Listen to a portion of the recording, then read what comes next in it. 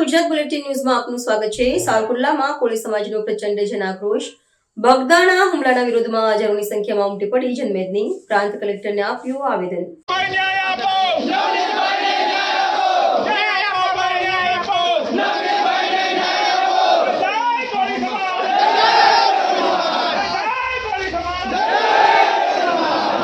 સાવરકુંડલાના બગદાણા ખાતે કોળી સમાજના યુવાન નવનીતભાઈ બાળદિયા પર થયેલા જીવલેણ હુમલાના ઘેરા પ્રત્યાઘાત સાવરકુંડલામાં જોવા મળ્યા છે।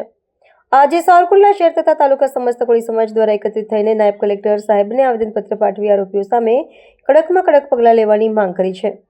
મુખ્ય માંગણીઓમાં હુમલાખોરો સામે ભારતીય ન્યાય સંહિતાની કલમ 109 અને 324 હેઠળ ગુનો નોંધી સજા કરવામાં આવે। સોશિયલ મીડિયામાં વાયરલ થયેલા વિડીયો ક્યાં મોબાઈલથી ઉતારાયા, કોના કહેવાથી ઉતારાયા અને આખું કાવતરું કયા સ્થળે રચાયું તેની ઊંડી તપાસ કરવામાં આવે।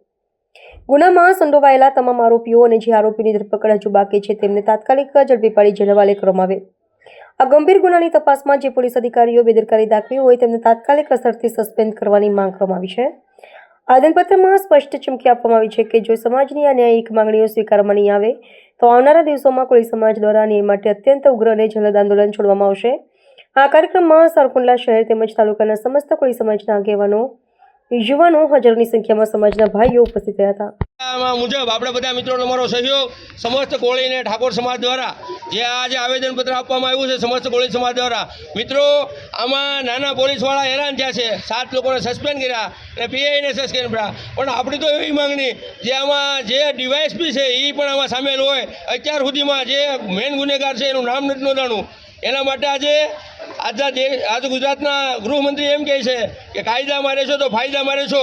અમે તો કાયદામાં જઈએ, તમે ફાયદામાં નથી આવ્યા, તો એના માટે આજે આચારસંહિતા મુજબ જે કાંઈ થતું હોય ત્યારે આ દેશની અંદર અને આ ગુજરાતની અંદર કાયદો અને સ્થિતિ હાવ કથળી ગઈ હોય એવું આજે આપણી નજર સમક્ષ 8 દિવસ પહેલાં જોઈએ છીએ। ત્યારે આજે આ સંવિધાન મુજબ આપ સૌનો સહકાર મળ્યો અને કોળી સમાજ હવે પછી કોઈ પણને આવી મેટર બને ત્યારે આપણે મેસેજ અને કોઈને પત્રની જરૂર નથી, મેસેજ અને ફોન દરેક મિત્રો યુઝ કરે અને સોશિયલ મીડિયામાં ખૂબ આ નારો શકે, નવનીતભાઈ તું આગે બઢો, સમાજ મારું નામ પંકજ ઉનાવા છે, મોટા જીવડા ગામનો સરપંચ।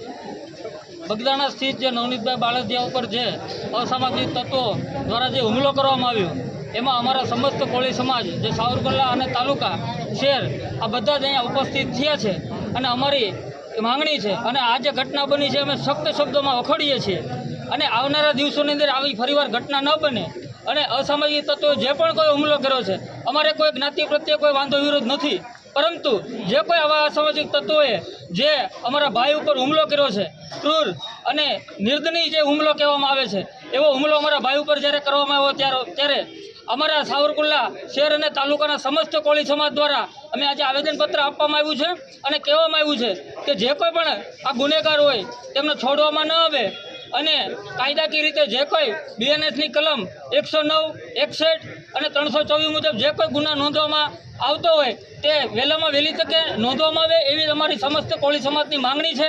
અને જો આવનારા દિવસોની અંદર યોગ્ય ન્યાયિક તપાસ નહીં કરવામાં આવે તો અમારા સાવરકુંડલાના આ સ્થાન ઉપરથી અમે આહવાન કરીએ છીએ કે આવનારા દિવસોની અંદર જ્વલંતમાં જ્વલન અને ઉગ્રમાં ઉગ્રનું આંદોલન અમે સાવરકુંડલામાંથી કરીશું। એ સરકારને અમે ચીમકી કે ચેતવણી કે વિનંતી જે સમજવું તે સમજે। જય જય કોળી સમાજ। સાવરકુંડલા તાલુકાના સમસ્ત કોળી સમાજ દ્વારા નવનીતભાઈને ન્યાય અપાવવા માટે આવેદનપત્ર આપવામાં આવ્યું છે।